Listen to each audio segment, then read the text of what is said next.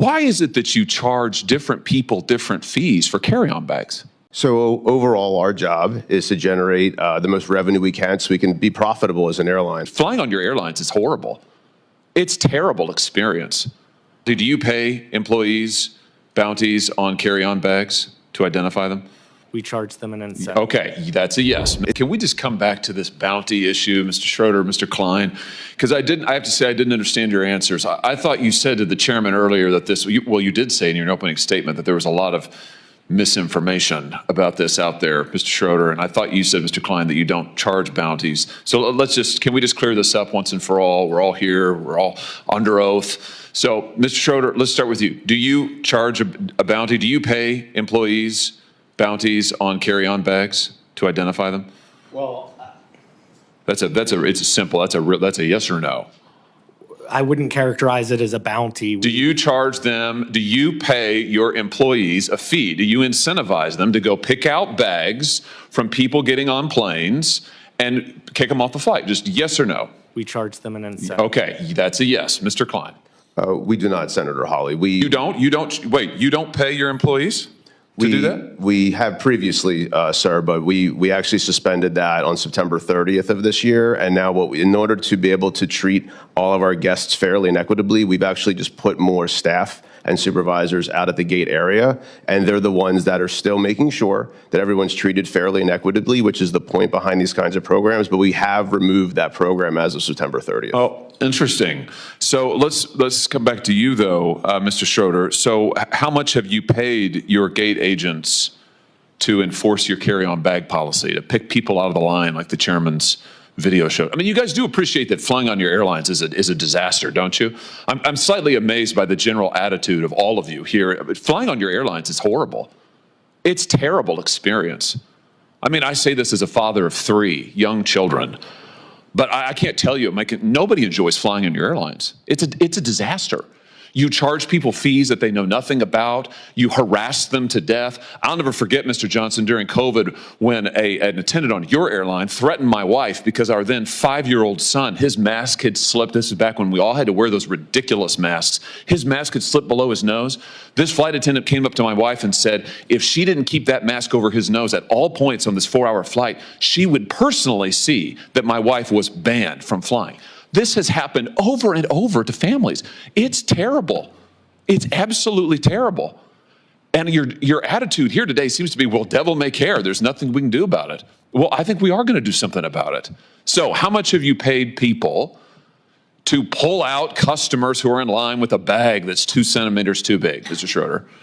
Well, we recognize this is a hard job, and so therefore we incentivize them to do that. How much? It's $10 per bag. Wow. $10 per bag. And I think, Mr. Klein, you and Mr. Schroeder, your airlines cumulatively have spent $26 million paying gate agents between 2022 and 2023 to catch passengers whose bags are a little bit too big. $26 million. I mean, if people want to know why it's such a terrible experience to fly, this is news for them today. Your airlines are paying millions of dollars to your employees to harass people who've already paid. They're there in line because they've already paid. It's unbelievable. Why is it that you charge different people different fees for carry-on bags? Why is that, Mr. Klein? Why isn't it just a flat fee? Why is it that I might get charged one fee, but my wife might get charged a different fee? Why is that? So overall, our job is to generate the most revenue we can so we can be profitable as an airline. If we're not profitable actually, we have costs, and there's costs out there, and we have to make sure that we're above the cost line in order to make sure that we can run a profitable entity. Yeah, and be able I got it. No, I got it. I got it. And money's the answer. So last year, your carry-on bag fees ranged between $15 and $99. That's extraordinary. One person might pay 15, somebody else might pay 99. How do you determine it? Is it based on personal characteristics? It's you charge never women more? It's never based on personal characteristics. You charge minors more? We do not, sir. What, just people who are suckers? I mean, how do you do it? Well, there is a cost to carry any kind of bag. Yeah, but why do you charge some people more? I understand the cost, and you make clear money's your bottom line. I get that, but why is it that you're charging some people what, triple, quadruple the amount? Well, the length of the flight should matter in this as well. So Yeah, but that's not the data. The data shows is we're talking about the same people on the same flight might get charged radically different prices for a one carry-on bag. You do the same thing for check bags. Why is that? Right. So just for the record, the $99 charge has been reduced to $79 as a that's a lot maximum. better. And what ends up happening here is we want to make sure that we can get the best price to the best people at the right time. The best people? Who would they be? Sorry, let me rephrase. The right price. Are those the people who, what? I mean, no, explain it to me. I'm interested. Who are the best people? Well, that was the misstatement, sir.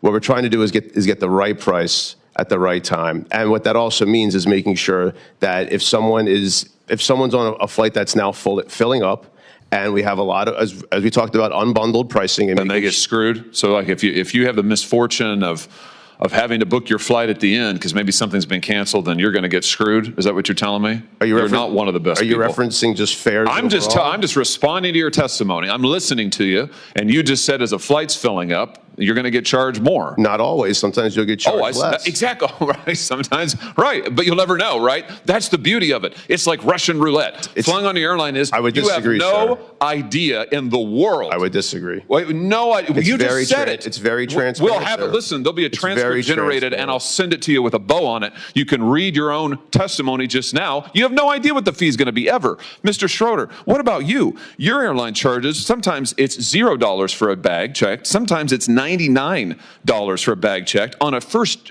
sorry, that's carry-on. Excuse me, carry-on. For check bag, it could go from $0 to $138. Who knows what it's going to be? Why do you vary it so much? Is that fair to the consumer? So it depends again on routes, and so there's just demand around that. No, but that's not true. We're talking about people on the same flights. Their prices may vary by huge astronomical percentages. Why is that? Well, that happens on airfare as well, and it does, and I want to talk about that next. I'll explain the model and how we think about things. So increasing ancillary historically has brought the fare down, and I brought up earlier that nearly 50% of people are not paying for a bag or a seat. We are providing options that people are deciding whether they want that or not. That is increasing the ability for people to travel. Listen, and travel my time is limited, and I know the chairman, Senator House, want to ask more questions. I just want to point out to you that you are charging people for the same thing, one checked bag or one carry-on bag on the same flight. People are paying wildly different prices for it. They have no idea what it's going to be. I think people will be amazed to learn today that if they fly on your airline or yours, Mr. Klein, heck, the guy next to him may be paying $15 for the carry-on bag, and they may be paying $80 for seats, for seat fees. Why do you make people enter in their age and their geographic location and their gender before they can even see the cost of a seat? Why is that? That's been in place since 2014. Yeah, but why? It's because you're using those personal characteristics to generate the fees? No, absolutely. To generate the prices? Well, then why else do you require it? Mr. Klein, you do the same thing. Why is the gender relevant to what the seat is? This is all information that's needed in order to complete the transaction. No, it's not. Delta doesn't do it. United doesn't do it. You don't need somebody's gender in order to do it. You use it clearly. You're using it to generate the prices, right? We do not, sir. It's not based on personal characteristics? Not at all. You don't use algorithms to set the price of seats? That's a different question. So you do use an algorithm and you do make them enter all their personal information? What's your definition of algorithm, sir? Oh, for heaven's sake. Well, because algorithms... I'm done, Mr. Chairman. Algorithms are ways for people to be able to come up with calculations, which is a faster way. It's more efficient than a human being doing the same exact work. So, I'm trying to answer your question, sir, in all sincerity, and I don't know how else to answer it. Thanks, Senator Hawley.